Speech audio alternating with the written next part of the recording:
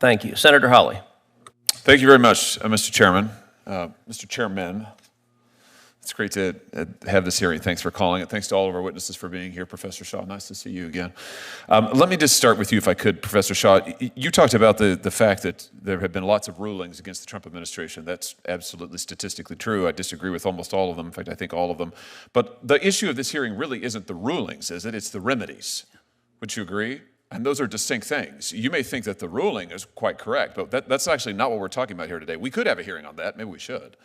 But we're talking today about the remedy. And the question is a remedy that binds parties who are not before the court, is that an appropriate thing? I mean, aren't you concerned about judges binding non-parties in their remedies? You may love the ruling, but even if you do, don't you think it's a little bit anomalous for courts to be going out there and binding parties who are not before them? I mean, is that something we want to encourage? Senator, I think that judges have been issuing rulings that impact non-parties since Marbury versus Madison, right? So you're not concerned about it? I'm not. I absolutely think that they can be abused, and well, they no, wait a have minute, been wait a abused. minute, wait a minute. You were very concerned about it just a couple of years ago. Yeah. You said in response to a nationwide injunction on the Biden FDA's mifepristone rules, and I quote, "This injunction's a travesty for principles of democracy, notions of judicial impartiality, and the rule of law." I think I've been consistent today. That was issued by Judge Kaczmarek in a single judge division. They're a problem. Those are a problem. With him personally? Wait, no. So your testimony is if it's issued by Judge Kaczmarek, it's bad? No, sir. It's personal? That is not my testimony. So is the problem with the injunction? You were criticizing the universal injunction issued by a judge in a single judge division. I've been very clear today that those are a problem. By a Republican judge in a Republican division, then it's bad. No, Senator. Otherwise, it's fine. No, Senator. I think that single judge divisions What is the are a problem. principal difference? I'm looking for a principle. I understand you hate the president.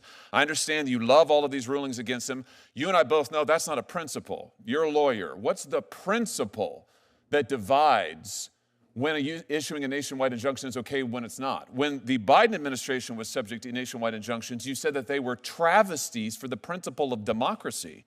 You didn't say the referral to Judge Kaczmarek was a travesty. You said his injunction was a travesty for principles of democracy. Yeah. So, in other words, the translation is just you didn't like the outcome. Is that right? No, Senator. Look, we're talking about, I don't think Article 3 precludes this form of relief. So we are talking about prudential considerations. Prudential meaning political? No. Then give me, so far I have yet to hear it. You've been questioned by multiple senators. I have yet to hear a principle other than the fact when you like the ruling, you think it's great to apply it nationally, including non-parties. When you don't like the ruling, it is a travesty for the principles of democracy, notions of judicial impartiality, and the rule of law. Look, Senator, I'll say I think I am self-aware enough to know that my view of the underlying legal question, I am sure colors my perception of the remedy. I think that we should all acknowledge that. And yet I do think and why shouldn't we stop nationwide injunctions for everybody? I think that's what we're talking about today. Because I'm not willing to leave without relief non-parties who are injured. No, you're not willing to leave without the ability to bind President Trump. No, I right? think that... I mean, when it's Biden, it's okay. No. When it's Biden, oh, it's a travesty. When it's Trump in office, it's, oh, no holds barred, whatever it takes, right? I believe in a powerful...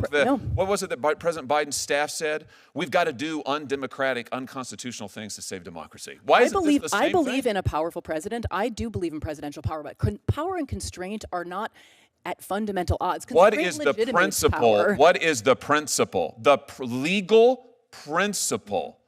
You've referenced prudence. You've referenced the judges you don't like. What's the principle of when an injunction binding non-parties, which was never done in this country before the 1960s? And let's see the chart, the Trump chart, which was done really only once Trump came into office for the first time. You don't think this is a little bit anomalous? You don't think that's a little bit strange? A very plausible explanation, Senator, you have to consider is that he is engaged in much more lawless activity than other presidents, right? You don't think you must this that as a was never possibility. Used before the 1960s, and suddenly Democrat judges decide we love the nationwide injunction, and then when Biden comes to office, actually. It's Republican appointees as well, Senator, and the 1960s. A tense Senate hearing erupts as a senator presses a law professor on nationwide injunctions, exposing sharp contradictions between past and present positions. The exchange dives deep into judicial power, democracy, and whether legal principles are being applied consistently or politically. This is one of the most revealing constitutional clashes you'll hear this year. 60s is where some scholars locate the beginning Can of you this. But identify one others, before then? Mila Sahoni, who's another scholar of universal injunction, suggests 1913 is actually the first. There were others in the 20s. The Republic endured for 150 years before there was a nationwide injunction. Well, the federal government was doing a lot less until 100 years ago. So there's many things that have changed in the last 100 or the last 50 years. So long as it is a Democrat president in office, then we should have no nationwide injunctions. If it's a Republican president, then this is absolutely fine, warranted, and called for. How can our system of law survive on those principles, Professor? I think a system in which there are no meaningful constraints on the president is a very dangerous system of law. That's not what you thought when Joe Biden. That is not what you thought when Joe Biden was every president You is said that is not what and you must said. be. You said it was a travesty for the principles of democracy, notions of judicial impartiality, and the rule of law. You also said the Supreme Court senator agreed 9-0 with me on that. You also said when Joe Biden was president, you said the idea that anyone would foreign shop to get a judge who would issue a nationwide injunction was just judges looking like politicians in robes. Again, it threatened the underlying legal system. People just trying to get the result they wanted. It was a travesty for the rule of law. But you're fine with all of that if it's getting the result that you want. Sir, the Supreme Court agreed unanimously with me in that case, right? There was no standing. The case should never have been allowed to proceed. And the combination of parties without standing and the single-judge division. We're talking. No, they did not. They did not issue a ruling on the nationwide injunction. You criticized the injunction nationwide. Listen, issued in a case where no one had standing. Here's the thing. We've now gone 6 minutes, and Senator Kennedy had you for 6 or 7. You couldn't identify a single principled basis. We all know the truth here, which is it's not just you. It's most of my colleagues over here on this side of the aisle, who I respect a great deal, and they were raising very principled objections to the nationwide injunction just 6 months ago, maybe 9 now. And you're probably right. My point is that all that's changed in 9 months is the occupant of 1600 Pennsylvania Avenue. And I realize that my colleagues on this side of the aisle very much dislike that individual, and I realize that you think that the rulings that he has lost are fundamentally sound. We might grant all of that. I disagree with all of that, but we can put that to one side. The question we're talking about here is, should judges, single judges, district court judges, be able to bind non-parties who are not in front of them? And you used to say no, now you say yes. Let's be consistent. I would just suggest to you our system of government cannot survive if it's going to be politics all the way down. Thank you, Mr. Chairman. Can I briefly respond? Sure.